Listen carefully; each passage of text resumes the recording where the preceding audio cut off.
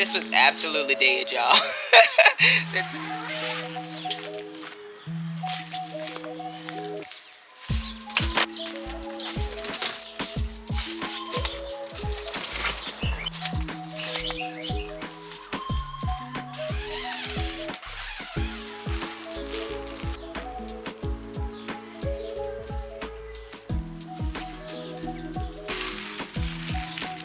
Good morning. Welcome to Yellow Door Urban Homestead. I am Asia and I'm an urban gardener growing in a small space out in my backyard. So this morning I am out here and it may not even be morning anymore. And that watch is good and dead. So yes, it's still morning. It's 11:42 and I integrated the babies into the smaller coop. So if you remember, I integrated them 2 days ago. So if you remember, I had attempted to integrate my quail. I had quail in the house. I tried to bring them outside and I tried to integrate them into the larger coop. That did not go so well. So the 3 that were the most beaten up, I put them into the smaller coop and that's where they have been. They are all healed. They are good to go. I didn't do anything, as a matter of fact. So in case anybody is wondering, like, did I put anything on their wounds? I did not. I know a few people said Neosporin, and then I thought about it and I was like, oh, that's a chemical. So I just didn't do it at all because I will maybe essentially be eating these, and so I didn't want to do that.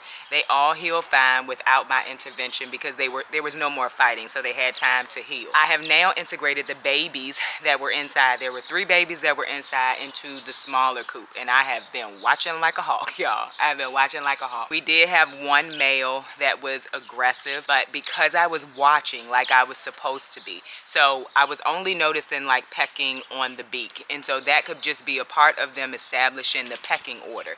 So I watched for a day and then I came back today and he was still aggressive, and so I have removed him from the covey. So at this point we have 11 total. With that being said, we have 6 in the larger coop and now we have 5 in the smaller coop. So in the smaller coop right now we have 1 male to 4 female, so that's the 5. In the larger coop, I believe we have a good ratio. I believe there's only 1 male in there. I would have to double check myself, but I believe there's only 1 male in there. So I have gotten questions about if I want to sell my quail or if I want to sell my eggs, things like that. In the spring, I think that I will. Right now, I'm just trying to stabilize my coops. I just want them stable so that I can have layers, 4 more eggs so that I can hatch more. But in the spring, I probably will. So I know someone sent me an email. My sister helps me with my emails and she told me I plan to get to my emails either today or tomorrow. So I will be responding to you because I do think that I could be a source for quail and help and information for quail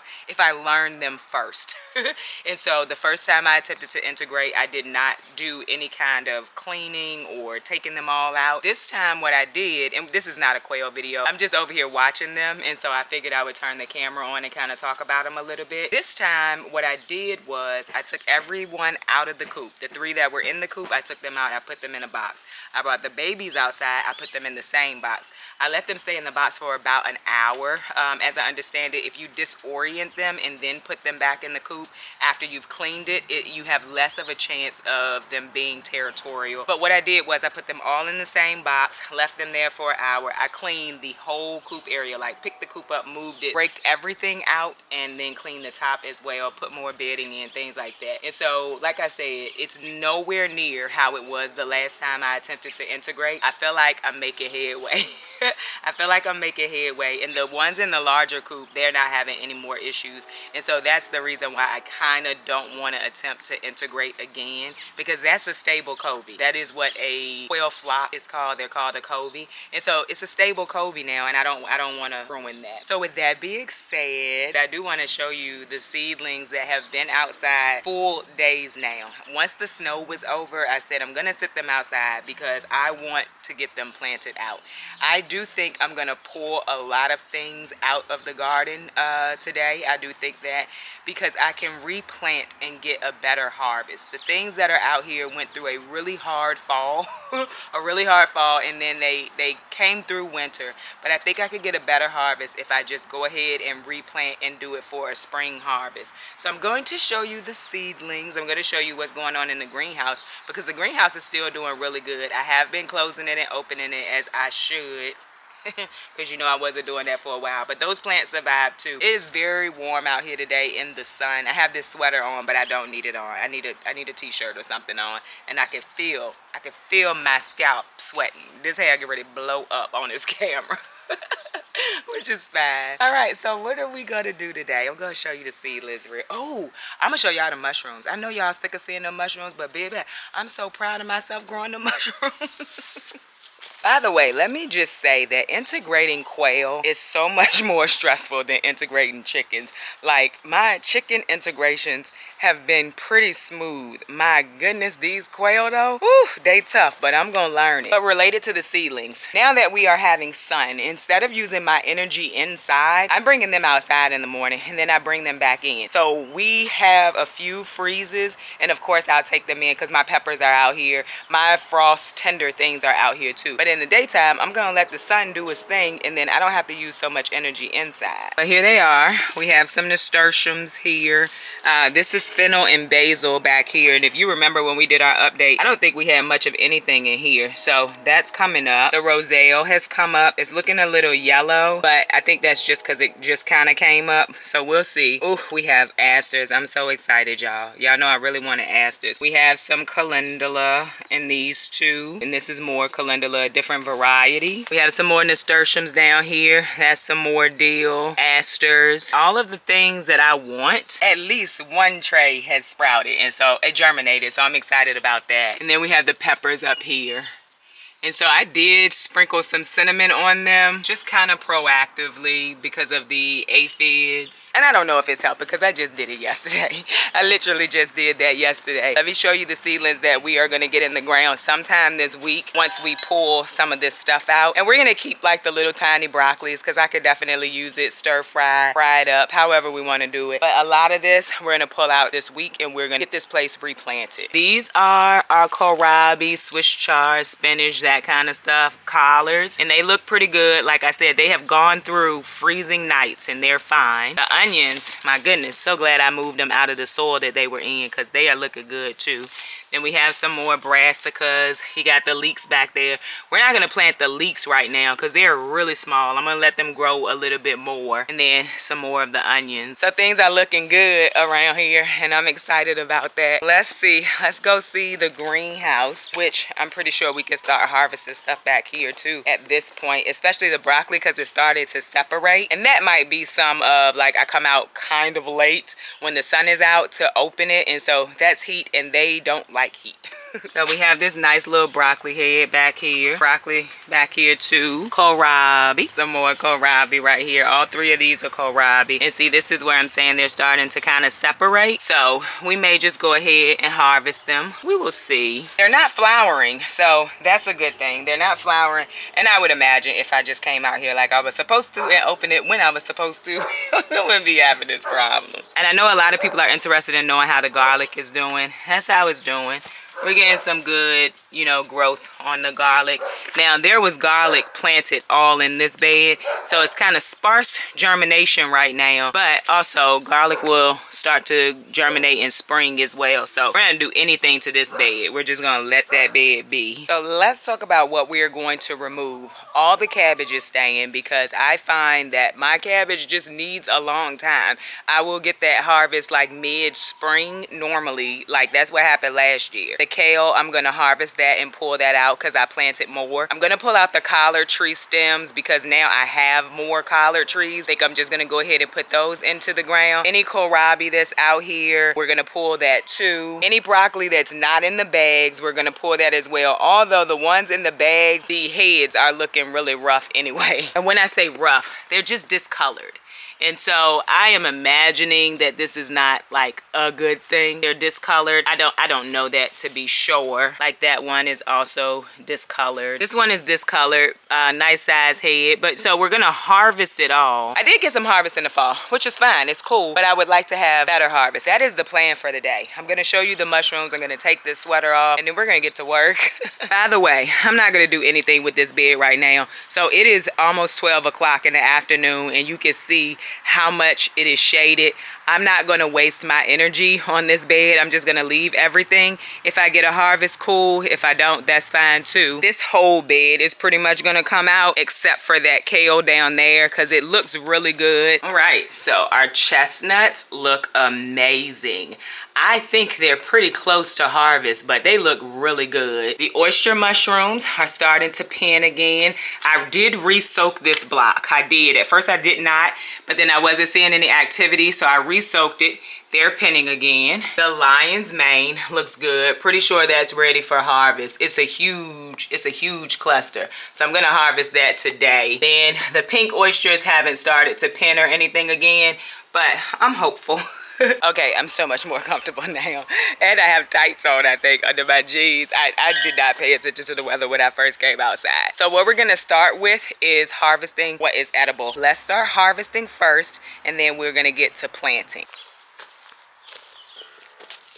And if you are not new here, you know I pull my whole plant out. I don't leave the roots. That's just my personal preference. Seeing worms, so we love that. And so at this point, I'm just gonna take all of these leaves, every last one of them, and we're gonna harvest those for eating.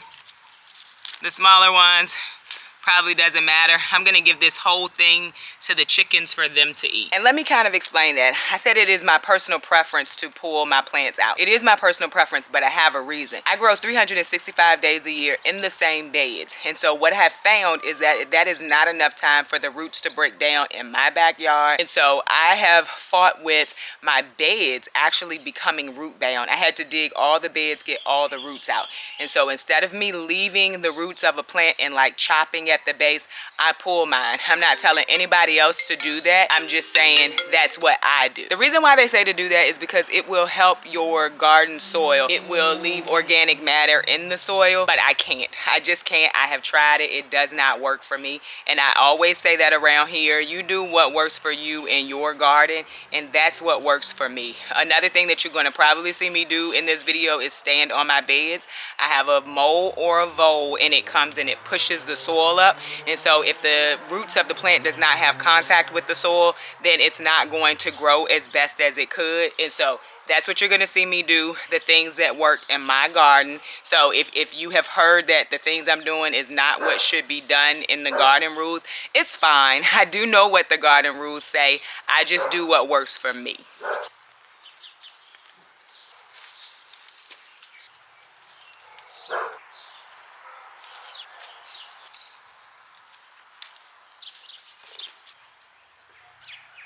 The soil is already pretty moist. What I am going to do is add a little bit of granulated fertilizer. This is the granulated fertilizer that I like to use. So I'm just gonna add some into this soil. I'm pretty sure I'm going to put collards back in this bed. And I don't do a lot of measuring, just kind of broadcast it over the bed. And then I'm gonna go through and break it in, or put it in with my hands, whatever you wanna call it. And then I'm gonna level the soil too.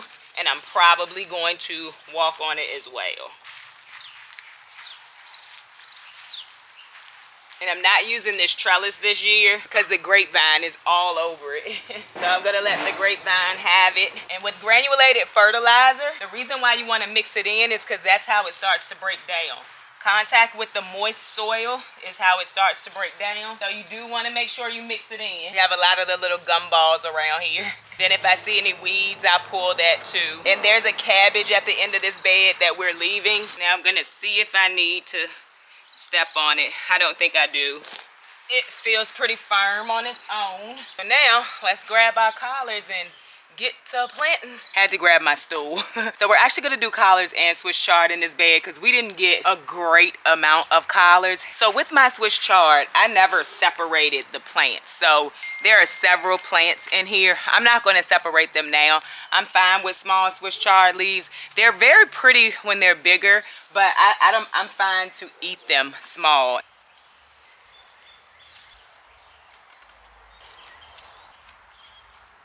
Well, my camera got hot again, but we put 2 kohlrabi here. We have Swiss chard here. We have another kohlrabi there. We have the collards in here. There's another collard there. Put a kohlrabi there, and then we put 2 kohlrabi down here, left that cabbage. So that's that bed planted out in hopes of getting a spring harvest. Okay, so now we're gonna move on to this bed. All the cabbage is staying. I'm leaving the Brussels sprouts. Everything else I'm gonna go ahead and pull out. So that's a decent kohlrabi. So we're gonna just keep that whole thing. Chickens ain't getting none of this. And the leaves I'm pulling off that aren't any good, and the chickens don't want them anyway. And I could put these leaves back on the bed, like cut them up, and that's called chop and drop. I could do that. These leaves though are pretty much dead, and so I don't think that they're gonna give a lot back to the garden anyway. But what chop and drop is you take the leaves from the plants that you're pulling, you cut them up, and you leave them on the soil. They will decompose, and then it will give the soil back nutrients. I'm not gonna worry about doing that today because I don't have a lot of plants that have a lot of leaves anyway.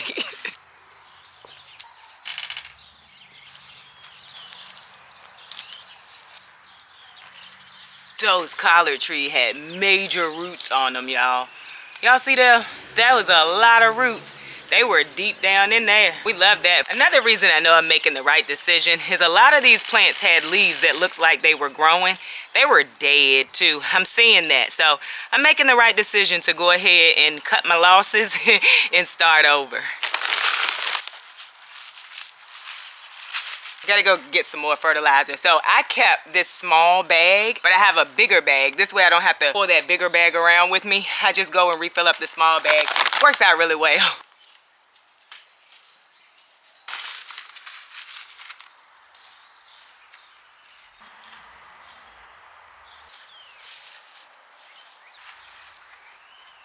I'm sure one question people are gonna have is, am I going to cover these? I am not going to cover them. I'm going to let them do their thing. I never really cover anymore. I've mentioned it before. I have my infrastructure up, and to cover would mean I would have to take my infrastructure down. Now, could I throw some frost cloth over top of these? Yes, but even if it freezes and the cloth is touching the plant, it's possible that the plant can freeze. So I don't do any of that anymore. I just don't. I'm gonna plant all of this stuff out, and I'm going to hope for the best.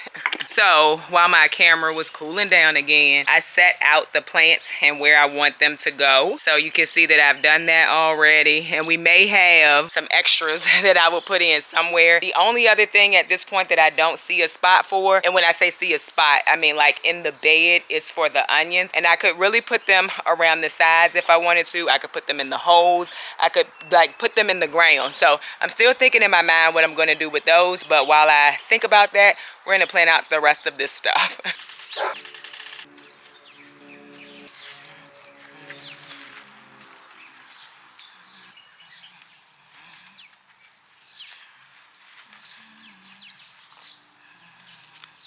Okay, so now we're gonna put in some more broccoli. Broccoli was already here, and I can feel some of the holes from the vole. So I'm just digging down a little bit so that I can make this a stable section for this plant. So I'm gonna drop some broccoli down in here. Gonna try to take the best broccoli first. And this one looks really good. I am pulling the side leaves off of this because I'm going to plant it pretty deep. You didn't see me do that with the collards because they weren't very long. But I am going to do that with the broccoli because broccoli can be a very big plant. And I want it to be as stable as possible so that it doesn't start to fall over, and so that I don't have to figure out how to stake it. And we're doing probably 3 in a row here just to give it a good amount of space because, as I said, they can get pretty big. If you remember, I planted a lot of broccoli. A lot of it. I want it. I want it all. There's also some small spinach plants from fall in here that I am leaving because they had looked like they stunted. Then when the weather kind of settled, they started to grow. So I'm gonna leave those. Seeing a lot of worms, love that. And as I mentioned, or maybe I didn't mention it, I might have said it over on Instagram. All of these plants have been outside overnight. So like not in the greenhouse, literally sitting on top of the asparagus bed. So they can take a freeze. I think we got down to like 29. That was maybe 26 I think was the low while they've been out here. So I know that they can survive out here. Not really worried about that. Drop it down in there and then cover it up. So excited to be out in the garden. I can't even tell y'all. Like actually planting, excited. What I'm not seeing is a bunch of roots, so we love that. And I am seeing worms, so love it, love it, love it, love it.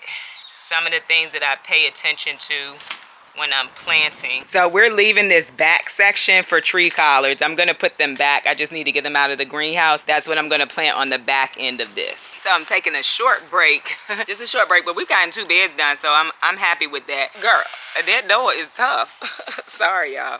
So I'm taking a break. Y'all wanna know something? I am so loving oyster mushrooms fried. I mean, I am loving them. When the first time I cooked them, I had a little anxious moment. If you watch my other channel, then you know what happened. I ain't gonna get into it again. But I have eaten them 2 more times since. I'm probably gonna have them for lunch. They are so delicious fried. I just do an egg wash and then I season them with like a chicken's flavored seasoning because it has a chicken texture with a little bit of a seafood taste, but they are absolutely good. So if you season it with a flavoring that's like chicken, it tastes like chicken. It's so good. Well, it has a chicken texture, but it has this, I get a little bit of a seafood flavor. I do. So they good. I can't wait to try the chestnuts. I cannot wait to try the chestnuts. All right, well, I guess we better get back to work because I still got to edit the video after I record the video. By the way, if the sun is an issue, I apologize. If I'm not in frame like I think I am, I also apologize. The sun is kicking my tail trying to record this video, but the sun is what I need in order to be out here, of course. So if you're not new here, you already know that. So let us get back to work. Okay, so for this bed, the cabbage is staying. Those kohlrabi we're pulling out. This was charred. I'm gonna leave. I think that's gonna be fine. I'm pulling all of the kale in the back. Now the kale looks fine. I just feel like I want to pull it. I feel like at this point, it's gonna be tall, and I don't want it to be extremely tall, and it may be looking like it's gonna bulk too. So I don't know. When I say bulk, the flower looks like it may be thinking about coming out, which then the kale is not going to be good anyway. So we're gonna go ahead and pull all this kale, replace it with different kale. We're gonna put some broccoli in this bed as well, and we're putting kohlrabi up here at the front. But before we can do any of that, we gotta weed this bed. This bed is super weedy. So we're gonna weed that, and then we're gonna get to planting. We're gonna save all of the kale leaves and take those in the house with us. I can make some kale chips out of that. So maybe I'll have mushrooms and kale chips for lunch. That would be absolutely delicious. I love kale chips, and like I said, them oyster mushrooms have been my favorite right now. So glad I decided to try to grow those. So these plants didn't have great root systems. I'm glad I decided to do that. They did not have great root systems. When I have in the past pulled up my brassicas, the root systems have been huge. These did not have good root systems, so yeah, let's let the chickens enjoy this and move on. All right, so we're done with this one. We have kohlrabi in the front. We have lettuce right behind the cabbage. Then you have 2 rows of broccoli, and kale is in the back. So we are done with that bed as well. We're gonna move on to this one next, which I did have more collards. Didn't realize that, which is fine. We're gonna put it in this bed as well. Taking out these kohlrabi, got a weed, of course. And then there are some spinach back there that I'm gonna leave as well. This was absolutely dead, y'all. The top was fine, but the bottom was dead. Definitely a mole or a vole. You see those chew bites? So I guess it's a vole, because I think they said voles eat vegetables. Look at that. Look at that, y'all. A mess. But this was a radish that I wasn't expecting to get anyway, but yes, sir. Look at that pretty radish. Real pretty. We keeping her.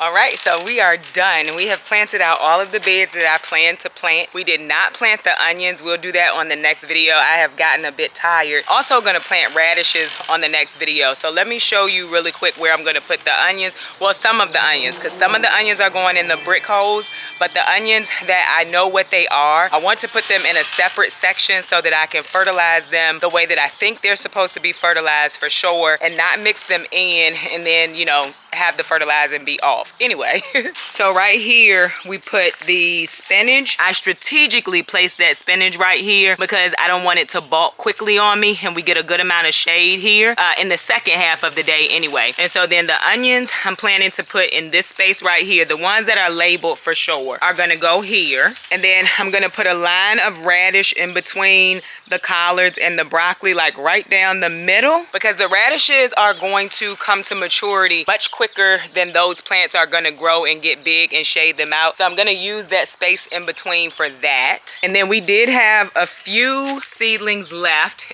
So these are onions, of course, but then these are the seedlings that's left. I'm gonna keep taking care of them just in case we lose something out here. I can have something to replace it with. And I did go ahead and put the tree collars in the back as well. And so our larger vegetables have been planted out. We're gonna get the onions planted out tomorrow, which will be the next video, which will be Wednesday. I'm gonna get the onions planted out tomorrow. I'm gonna get the radishes planted out tomorrow. And then we just wait.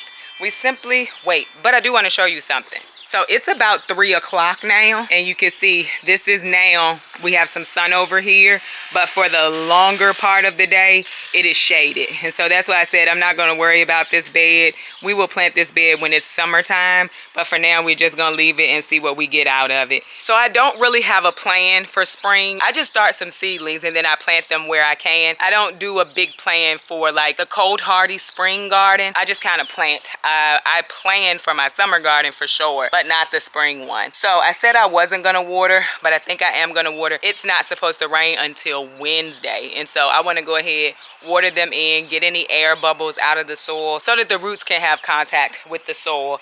And then I think I'm done for the day. We got a small harvest, small one. I didn't pull the stuff out of the bags. We'll probably do that on the next video too. Like I said, I'm getting tired. And it's 3 something and I need to edit as well. You know what I meant to tell y'all? Y'all remember that big pile of junk? We got that cleaned up yesterday. Me and the kids, we worked together as a team. Well, it looked good as a unit. These are all the boxes. We probably broke down 30 boxes yesterday. I have been burning them. Yes, I know you should keep cardboard in the garden, but I have wood chips down. I don't need it, and so I'm not keeping it anymore. I was keeping it, and I was like, yo, you got boxes everywhere. Everything looked like trash. Which, by the way, I didn't mention to y'all. When I showed y'all, I also cleaned out this greenhouse. I want to start using it for my seedlings, so I cleaned it out.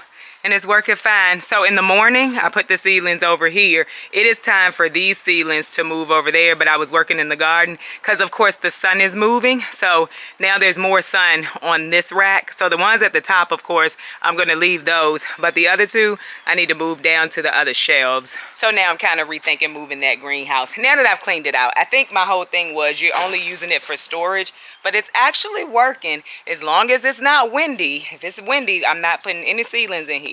But as long as it's not windy, it's working for me not having seedlings in the house all day and having to be plugged up. And real quick, these are the seedlings we planted out in the last 6-week thing, I think.